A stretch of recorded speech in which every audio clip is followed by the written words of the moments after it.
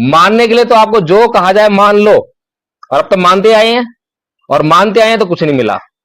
और जैसे ही आपने जानना शुरू किया तो आपको पता लग गया कि मैं मंदिर में जाऊंगा, टाइम खराब करूंगा, आरती करूंगा, पूजा करूंगा, उससे मेरा टाइम खराब होगा। उसको अगर मैंने पढ़ाई में इन्वेस्ट कर लिया तो जो मैं चाहता हूं वो हासिल कर लूंगा, पढ़ लिख जाऊंगा, ऑफिसर बन जाऊंगा, पैसा भी आएगा, मेरी गरीबी दूर हो जाएगी, मेरे सारे कष्ट जो है मेरे काम करने से दूर होंगे।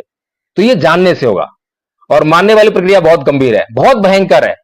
एक पुजारी कहता है कि एक हाथी की गर्दन काट दी, एक इंसान की गर्दन काट दी, इंसान की गर्दन पर जो है एक हाथी की गर्दन लाके फिट कर दी, मान लो। तो मानने में तो कुछ जाता नहीं है, कोई मेहनत नहीं करनी है, कोई किताब नहीं पढ़नी है, दिमाग भी नहीं चलाना है, कोई कसरत नहीं है, कोई मेहनत नहीं है, तो मानना आसान है। तो मानने वाले लोग जो मेहनत नहीं करना चाहते हैं, बिल्कुल भी मेहनती नहीं है, आलसी किस्म के लोग हैं, वो मानते चले आ रहे हैं, मान लेते हैं, कुछ भी मना लो उनको, कुछ भी मना लो तो मान लिया। लेकिन जानने वालों ने तर्क लगाया, बुद्धि लगाई, तो उन्होंने कहा ऐसा कैसे हो जाएगा भाई, इसका ब्लड ग्रुप नहीं है मेन मैच करता, इसका साइज मैच नहीं करता, कुछ भी मैच नहीं कर रहा, तो पॉसिबल ही नहीं है। जानने वालों ने जो सारी वो बातें करें। इसी तरह से एक आदमी ने कहा कि तुम मान लो तुम नीच हो, तुम नीची जाति के हो। तो लोगों ने, जो मूर्ख थे, जो मानने वाले थे, उन्होंने मान लिया। अब उनके मानने का कितना बड़ा दुष्प्रभाव हुआ, ना केवल वो गुलाम बने बल्कि उनके आने वाली कितनी पीढ़ियां गुलाम हो गई, कितना बड़ा अनर्थ हो गया ना।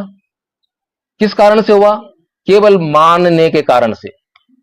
अगर उन्होंने जानने का प्रयास किया होता, भगवान बुद्ध की बात को माना होता, सम्मति का पालन किया होता, तो वो प्रश्न करते कि भाई तू कह रहा है कि मैं नीच हूं, बता मैं नीच कैसे हूं, मैं नीच कैसे हुआ, तू ऊंच कैसे हुआ, प्रश्न करता ना।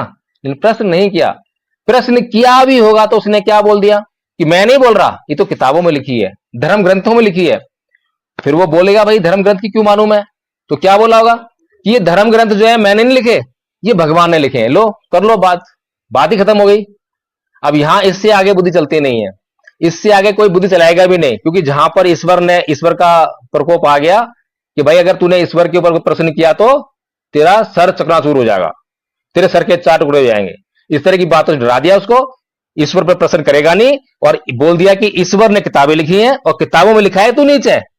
अब उसके पास बेचारे वह मानने के अलावा कुछ चारा नहीं है। ये उस समय की बात है जब हमारे पास ये बुद्धि, जिसके ऊपर हम सोचते नहीं थे, समझते नहीं थे। इतना बड़ा अनर्थ, इतने हजारों सालों की गुलामी हमारे ऊपर केवल इसलिए लाद दी कि हमने थोड़ा सा परिश्रम नहीं किया, थोड़ी सी जांच कर ली होती, थोड़ा सा उसमें जाके झांक लिया होता, देख लिया होता कि भाई ये अपने आप को ऊंच बोल रहा है, मुझे नीच बोल रहा है, ये एक षड्यंत्र है, इसमें किसी का भला नहीं है, इसका तो भला है, इसका तो भला है लेकिन मेरा कोई भला नहीं है। तो कुल मिलाकर यही है जो आज हम इतनी महत्वपूर्ण बातें कर रहे हैं। और हमारे बीच में जो कमला देवी जी जो है अब नहीं है, उनके परित्राण पाठ पर हम जो है ये सब बातें कर रहे हैं। ये सब बातें इसलिए कर रहे हैं क्योंकि धम्म क्या है, धर्म क्या है, अधर्म क्या है, इसको हमें समझना चाहिए। धर्म के नाम पर हमें कुछ भी करते चले जाओ, इससे हमें जो है नहीं जुड़ना चाहिए, बल्कि धर्म के नाम पर केवल उन बातों को अपने जीवन में करना चाहिए जिनसे हमारा कल्याण होता हो।